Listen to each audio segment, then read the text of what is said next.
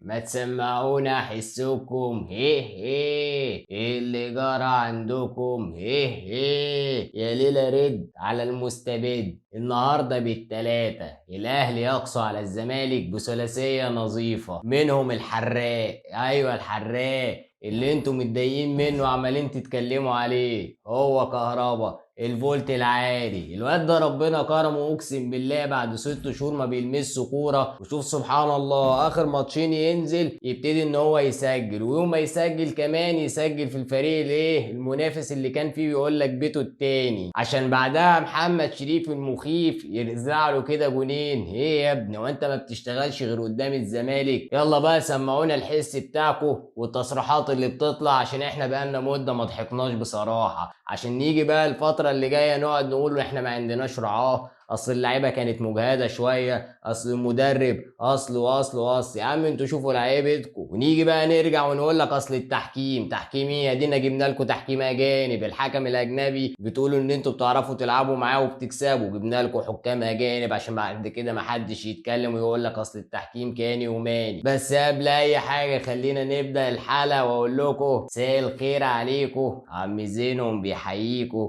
في زينهم في الترند.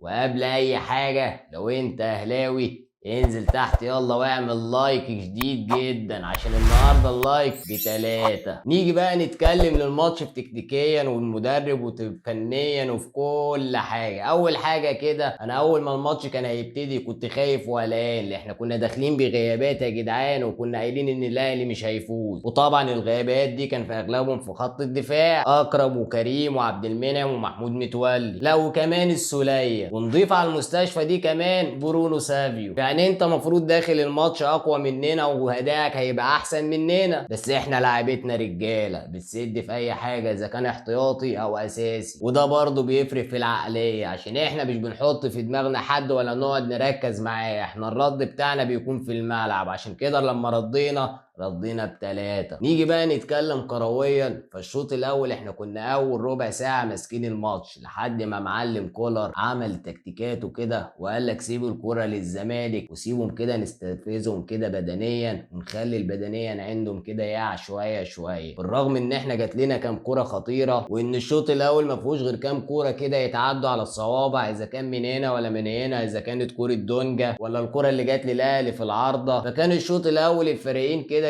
مقفلين الدنيا، عشان نيجي للشوط التاني شوط المتعه والاثاره زي ما بيقولوا كده، شوط المدربين، يعني زي ما بيقولوا كده بالبلدي، الشوط الاول ليك عشان الشوط التاني هديك. وده اللي عمله كولر، نزل الشوط التاني خلى لعيبه الزمالك استهلكت بدنيا وذهنيا، وده اللي خلى ان ديانج يمسك نص الملعب لوحده ويقوم بيه ويشيله على كتافه، ويخلي حمدي فتحي يزيد لقدام، وده اللي خلاه ان حمدي فتحي كان بيضرب دونجا دايما في نص الملعب ويعدي منه ويدخل بين السردباكين عبد الغني وعبد المجيد، وده اللي خلى ال3 تجوان يجوا بنفس الطريقه. وطبعا ما ننساش الفضل في كل ده البروفيسير اللي عمل تغييرين لحد دلوقتي انا مش فاهمه ولا حتى جمهور الزمالك فاهمه، ان هو يتنزل 2 مدافعين وينزل لنا عمر جابر فيبتدي ان هو يلعب ب3 دفاع. خليت ساعتها بقى انا اول ما شفت الموقف ده قلت بس انت كده فتحت لي مساحات يا معلم، ومعلم كولر ابتدى يلعب على الحته دي، وده اللي خلى ان حمدي فتحي ابتدى ان هو يزيد عشان يبتدي يلعب على المرتده ويخطف الكور، وان ال3 تجوان يكون حمدي فتحي عامل اساسي فيهم. طبعا احنا كده عرفنا مين هو البروف الحقيقي. طبعا البروف اول ما جه كان الجمهور كله عمال يزيد بيه ويقول لك البروفيسير والبروفيسير وكلب عقلهم حلاوه، وده لان جمهور الزمالك طبعا بيحب اللي يوكلهم اونطه، وده طبعا مع احترامي ليهم، بس احنا طبعا بنتكلم كواقع. وما ننساش ان النهارده اتولد نجم جديد في الاهلي وهو خالد عبد الفتاح. الواد ده بسم الله ما شاء الله،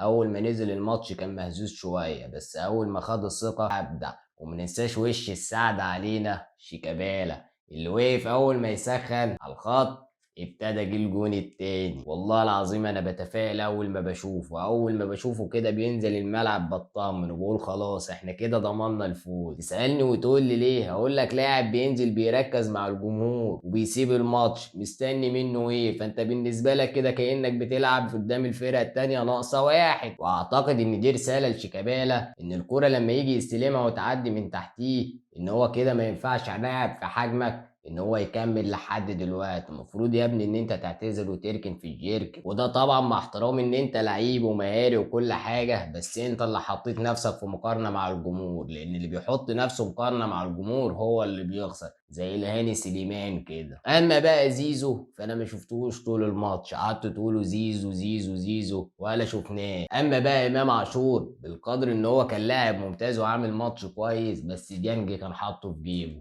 ما كانش مخليه يعدي ولا كان مخليه ايه يعمل اي حاجه، وكان قافل عليه ولا عارف يشوط ولا عارف يعمل اي حاجه. وما ننساش طبعا ان النهارده عشان الحكم اجنبي وان لعيبه الزمالك كانت متعوده ان هي تقع كتير وكانوا فاكرين ان هم بيلعبوا في الدوري المصري مع حكام مصريين فيدوهم ضربات جزاء. فده اللي احنا شفناه النهارده ان هم كان كل شويه يقعوا. واخر كلمتين بقى لجمهور الزمالك، فبلاش حد بقى تمشوا وراه وتقعدوا تتساووا على كلامه، لان الرئيس النادي بتاعكم بصراحه مسوحكم. مش كل شويه يطلع يصرح بتصريحات غريبه ويقعد يقول لك حكام ورعاه ويقعد يركز في الفريق المنافس. يا ابني ركز في الفريق بتاعك وانت تاخد بطولات. اما بالنسبه للرعاه، طب انت مستني ايه من نادي شعبيته اكبر من النادي بتاعك ونادي بياخد بطولات؟ خد بطولات زيه هتلاقي نفسك جالك رعاة كتير زيه كده. وروح كاس العالم للانديه كده وخلي الناس تعرفها، لان الرعاة اصلا ملهمش اصلا بين اهلاوي ولا زملكاوي، لان هم اهم حاجه عندهم المصلحه بتاعتهم. هو يستفاد ايه من النادي اللي هيخش راعي معاه؟ تاني حاجه بلاش ان هو يقعد يتكلم في الناس ويجيب في اعراض الناس. ادي قاعد يشتم في كهربا لحد ما كهربا رد عليه في الملعب. بس اللي انا لاحظته الزمالك من غير منشطات زي البليله من غير مكسرات. والنهارده كانت ليله حمراء بالفولت العالي وليله رد على المستبد محمد شريف. فانزل بسرعه اعمل لايك وانزل تحت اكتب في الكومنتات قول بليله ده انت خسرت من نادي الجزيره. اقول لكم على حاجه كمان، سديتوا نفسي. طب والله العظيم تاني